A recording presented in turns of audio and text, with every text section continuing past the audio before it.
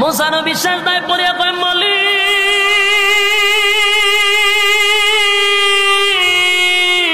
বুঝতে পারি না সেকেন্ডের জন্য ঘুমের ভাব আসার কারণে আমার হাতে কোনো গ্লাস রাখতে পারলাম না। 7টা আসমান আপনার হাতে, জমিন আপনার হাতে, সূর্য পৃথিবীর থেকে 13 লক্ষ গুণ বড় সেটা আল্লাহর হাতে, তারকাগুলি আল্লাহর হাতে, গুল কায়নাত ফুল কায়নাত আল্লাহর হাতে, যা আমরার চোখের বাহিরে তাও আল্লাহর হাতে। আল্লাহ যদি ঘুমায় রে, বলুন না জমিন থাকবে, পৃথিবী থাকবে, বিশ্ব পরিস্থিতির পরিসমাপ্তি ঘটে যাবে।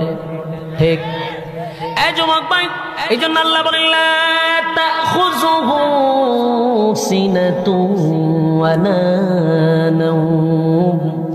আল্লাহ বলেন আমার ঘুমও নাই, আমার তন্দ্রাও নাই। ঠিক না? এই যুবক ভাই, আল্লাহ বলেন আমার ঘুমও নাই, তন্দ্রাও নাই, ঘুমায়ও না, আল্লাহর তন্দ্রাও নাই। এবার আসুন, বেঈমানরা নবীরে প্রশ্ন করছে আপনার আল্লাহর পরিচয় দেন। আল্লাহ সূরা ইখলাস নাজিল করে কি জানাইল?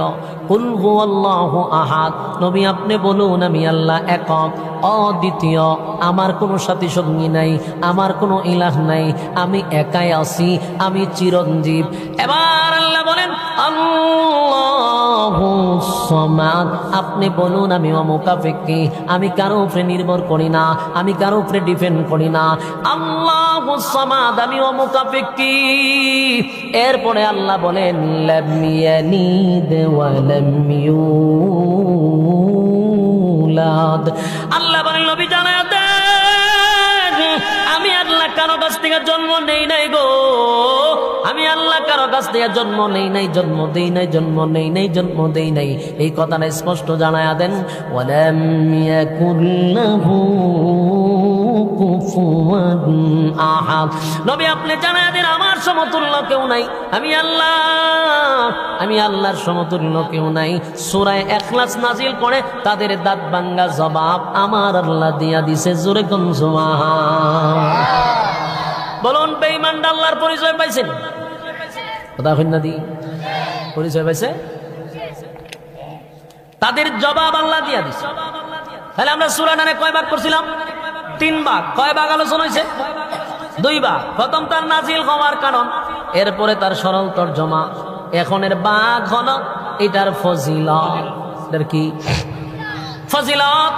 তাদিলু সূরাতুল ইখলাস সুলুসুল কুরআন। সূরা ইখলাস হলো কোরআনের 3 ভাগের 1 ভাগ। আপনারা যদি প্রতিদিন 3 বার পড়েন তাহলে 1 খতমের সওয়াব আমার আল্লাহ আমলনামার মধ্যে লিখে দিবে। বলুন তো দেখি নেকির প্রয়োজন আছে না নাই? আপনারা কি নেকির দরকার আছে? কিয়ামতের মাঠে কি আপনারা কেউ নেকি দিয়া সাহায্য করবে? আপনারা হিসাবরা দিবনি, কথা হয় না, দি মা বাপে দিবনি, বউ দিবনি। ইয়াউমা ইয়াফিরুল মারউ মিন আখিহি ওয়া উম্মিহি ওয়া আবিহি ওয়া সাহিবাতিহি ওয়া বানিহি। আল্লাহ বলেন কিয়ামতের মাঠে মা তার সন্তানকে অস্বীকার করবে গো, বাবা তার সন্তানকে অস্বীকার করবে, ভাই ভাইকে অস্বীকার করবে, স্ত্রী তার স্বামীকে অস্বীকার করবে। কেউ কারো উপকারে আসবে না, কেউ কারো পরিচয় দিবে না। মার থেকে কি পীরের দাম বেশি? মার থেকে মাসির আদর বেশি? তাহলে মা দিব না নেকি হিসাবে তোমারে দিব? হ্যাঁ কথা বল না, দি পীরের দলবল দেশটার মধ্যে বন্ড পীরে বেড়ে গেছে। আসল পীরে তোগায় পাওয়া যায়, বন্ড পীরের মাঝখানে হক্কানি পীর গুলার আমরা তালাশ করে পাই না। অথচ দেশটা পুরা ঘরে ঘরে পীর। ঠিক না বেটি? ঘরে ঘরে পীর। ঘুম থেকে উঠতে কয় মাজার হয়েছে, কেমন হয়েছে? স্বপ্নে দেখছি। স্বপ্নের মাজার দিয়ে কতলা আছে হিসাব নাই। বিশ্বাস না হলে লন আমার এলাকাত আমি দেখাই আমি মাশাআল্লাহ আমরা এলাকা পিএইচডি করা। ওমা ঘুম থেকে স্বপ্নে মাজার দেখছি আর ঘরে কতলা বাস শুরু করে দেওয়ার ডেক রাখে সামনে। তে মাজার দেখছো, ডেক রাখছ করে নতুন ব্যবসার ফোন দি হত ঠিক কিনা? সব্বনাশ সব্বনাশ। এই জন্য বলছি হক্কানি পীর চিনার চেষ্টা করুন। শব্দটা তো ফার্সি। কি শব্দ? এটারে যদি আপনি বাংলায় ব্যাখ্যা করেন তাহলে কি হয় জানেননি? উস্তাদ। শায়েখ বলেন, উস্তাদ বলেন, উস্তাদ বলেন। উস্তাদের আবার যদি ব্যাখ্যা করেন তাহলে মাস্টার।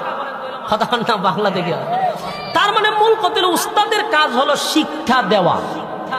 ফির মানে কি? শিক্ষা দেওয়া। বলুন, ফির মানে শিক্ষা দেওয়া। আমরা ফির ধরি শিখার জন্য, কিন্তু আমরা তো সেই সিস্টেম হলো ফির ধরন ডাইলে চাইলে খিচুড়ি বানানোর জন্য। আমি এই কথাগুলি বলি তো প্রত্যেক ওয়াজের শেষে 1 মিনিট হলে আমি বলি কথাগুলি, কারণ এটা আমার একটা মিশন। আমি আমার এই কথা বলবোই, এটা আমার শুরুর থেকে শুরু করছি, শেষ পর্যন্ত বলতে থাকবে। এটা আমার একটা প্রতিবাদ চলতেছে সারা বাংলাদেশের যেখানে যাই, কথা বলেই আমি ওয়াজ শেষ করি। পীর মানি হলো আমাদের উস্তাদ। উস্তাদের কাজ হলো শিক্ষা দেওয়া। এখন ঘরে ঘরে যে পীর ইডিরে দুই ভেড়ের মধ্যে গুতা দেন, বলে আলহামদুলিল্লাহ সূরা কর, সূরা ফাতিহা শুদ্ধ করে পড়তে পারে না।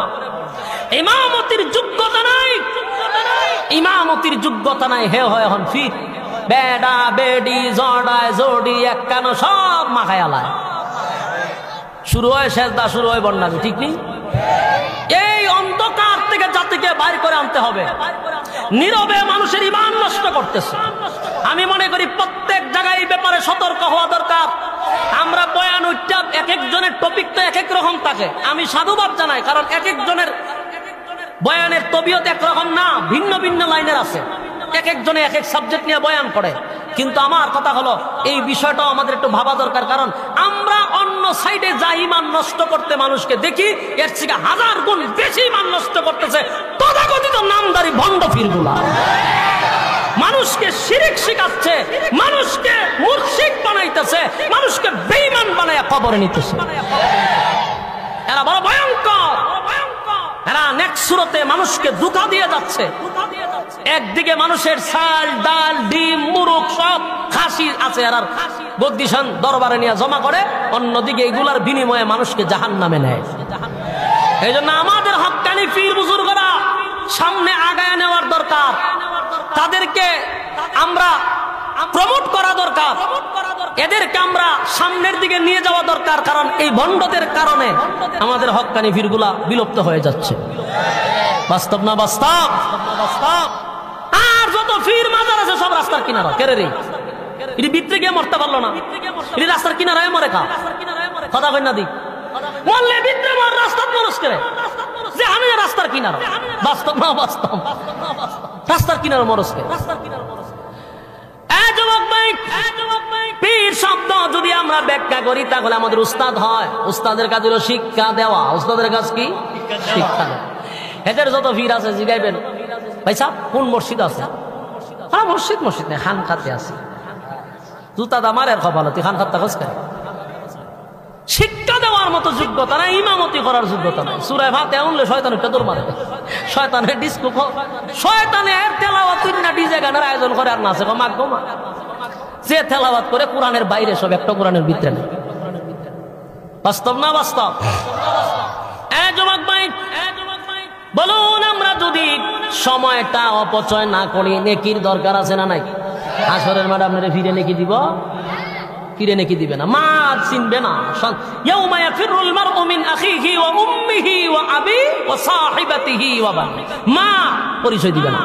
নেকি তো দূরের কথা, পরিচয় তো আমার সন্তান নাই, দুনিয়াতে আমার কোনো সন্তান আছে না।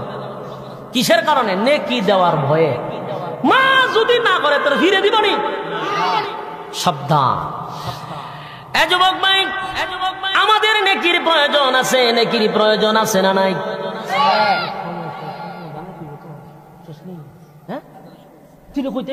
আমি ফিনিশিং দিলাইতাম। বলুন, সূরা ইখলাস কয়বার বললে? 3 বার বললে এক কদমে।